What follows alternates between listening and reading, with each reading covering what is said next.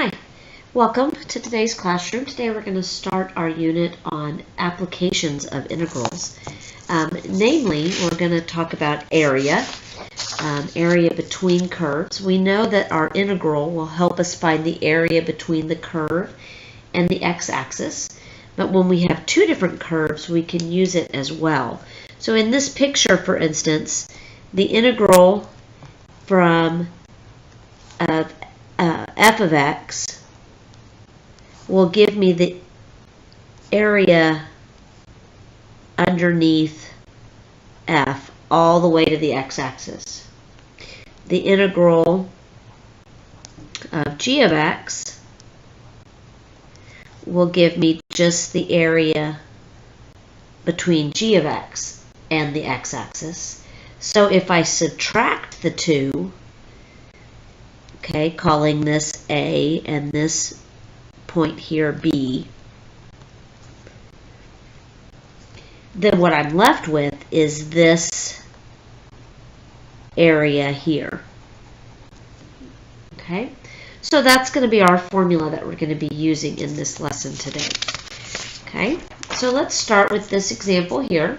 We're going to have the area between x cubed and 4x squared plus 1. So I've gotten the graph. That would be our first step, is to kind of look at it. We're going to go from 0 to 2, so that's going to mark here. And I want to find this area in between. So what we're going to do is we're going to take the integral from 0 to 2 of g of x minus f of x all dx. Okay, if we want to do this by hand, we'll take the antiderivatives. So 4/3 x cubed plus x minus 1/4 x to the 4th, all evaluated from 0 to 2. So that's going to get me 4/3 times 8 plus 2 minus 1/4 of 16 minus 0 plus 0 minus 0. Okay, so when I calculate this, I get 32/3 plus 2 minus 4. And so we can calculate that. 32/3 plus 2 minus 4. And then we can turn that into a fraction, and we get 26/3. Okay? Now the other way to do this would be just to use the calculator to begin with. So we're going to show you how to do that. We hit math. We're going to choose option 9. And then we'll plug in that we want to go from 0 to 2. We're going to put in our function, 4x squared plus 1 minus x cubed with respect to x. And again, we can turn it into a fraction, and we get the same result. Okay? So that's how we find the area between our curves. Let's do another example. In this example, we're using sine and cosine. And so we notice between 0 and pi, the two curves change places. So what I'm going to do is I need to first of all know where that happens. And cosine equals sine at pi/4. So I'm going to go from 0 to pi/4. And then I'm going to go from pi/4 to pi, and I'm going to add the two results together. Okay, so from 0 to pi/4, cosine is on top.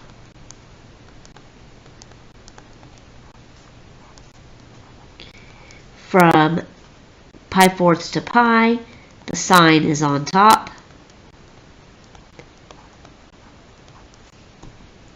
To do these by hand, the antiderivative of cosine is sine.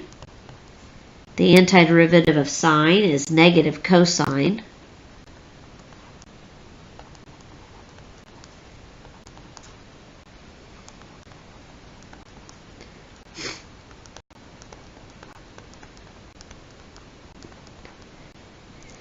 Plugging in my values, the sine at pi fourths is square root of 2 over 2.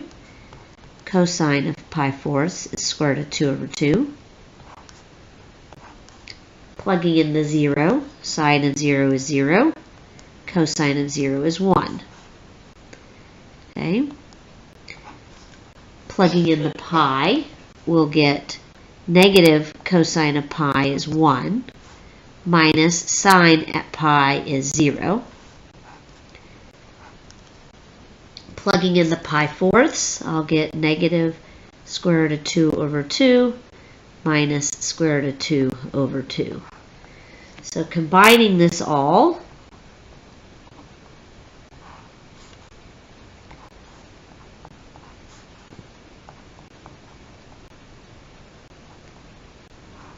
I end up with 2 square root of 2. Okay. Now again, if we are worried about which function is on top, then we can figure it out by graphing it. We can also notice that we don't even have to know, because if I take the integration and I use absolute value bars, then that takes care of which one's on top and which one's on bottom. Now, integrating with an absolute value by hand is difficult, but if we plug it in our calculator, again, I'm going to do math, option number 9. I'm going to go from 0 to pi. And then under the math button, I can click under numeric here, under number, I can select absolute value and then do sine minus cosine. Make sure I am in radians. And then hit my dx and enter. It's going to take it a minute to think, and I get 2.82. Now let's compare that to the answer we got before. 2 times the square root of 2 is the same answer. So if our calculator is accessible to us, I don't even have to break it apart. Okay? All right, so that's how we did that one. Okay, last example for today. Just a quick review then. We can do our formulas either way. The absolute value really is only useful if I'm doing it in my calculator. Okay? All right, here's our last example for today. We've got this parabola. Notice this tells me y equals plus or minus the square root of 2x plus 6. So if I'm going to graph it in the calculator, I'm going to have to put the positive and the negative in as two separate functions. The first thing I need to do is I need to know where these two curves intersect. So I'm going to put x minus 1 equal to the square root of 2x plus 1. In order to get rid of the square root, I'm going to square both sides.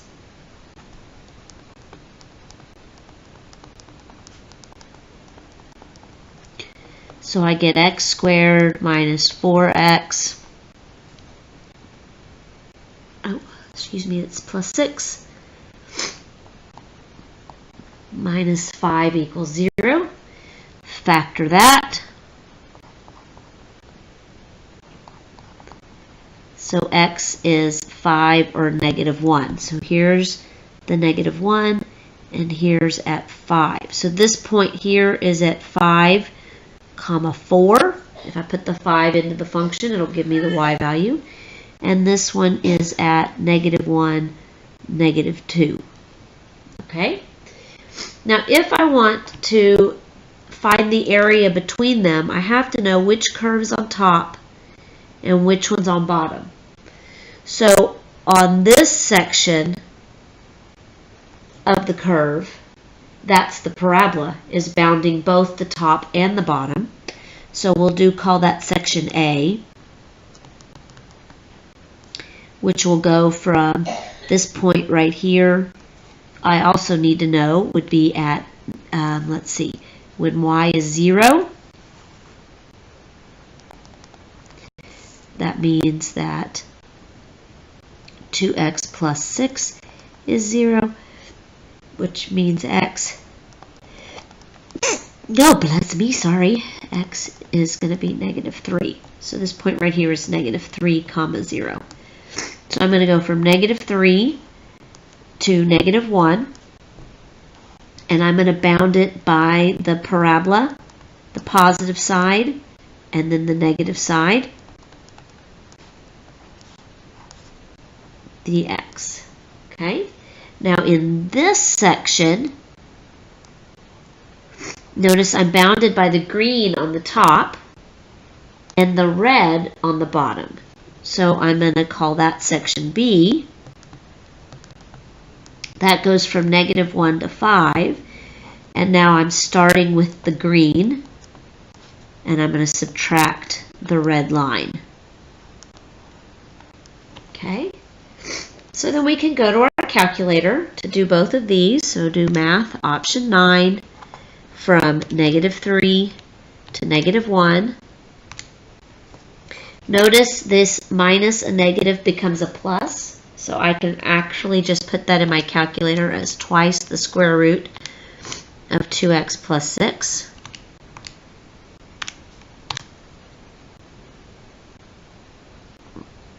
And we get 5.3 repeating there, it looks like. Let's change that to a fraction.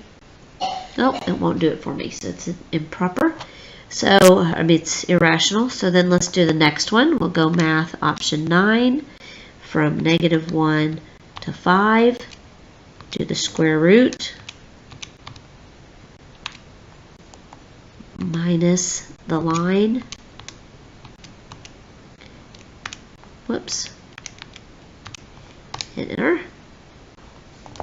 And this part is approximately 12.6 repeating. And if we add those together, we get 18. Okay. Now, that required that I separate them out. So there is another method that would allow me to not have to separate them. So let's look at method number 2. Same functions, same picture. So this point here was at 5, 4. This point here was at -1, -2, and -3, 0. Now for the second option, what we're going to do is we're going to put everything in terms of y. So now instead of which one is on top, really what I want to know is which one is further to the right. Because on our x-axis, the right is the larger value. Of course, you can kind of just turn your head to the right and view the picture this way. And now we see we're going to do red minus green. Okay? So in order to do that, though, I need to put the y values as my bounds because I'm going dy. And then I need to figure out, I need to solve each equation for x. So y equals x minus 1 gives me x equals y plus 1. So that's the red line. Y squared equals 2x plus 6 gives me x equals y squared minus 6 divided by 2. So that's going to go here. And we're going to integrate all of that. So let's put that one in the calculator. So math option 9, we're going to go from -2 to 4. And then we're going to go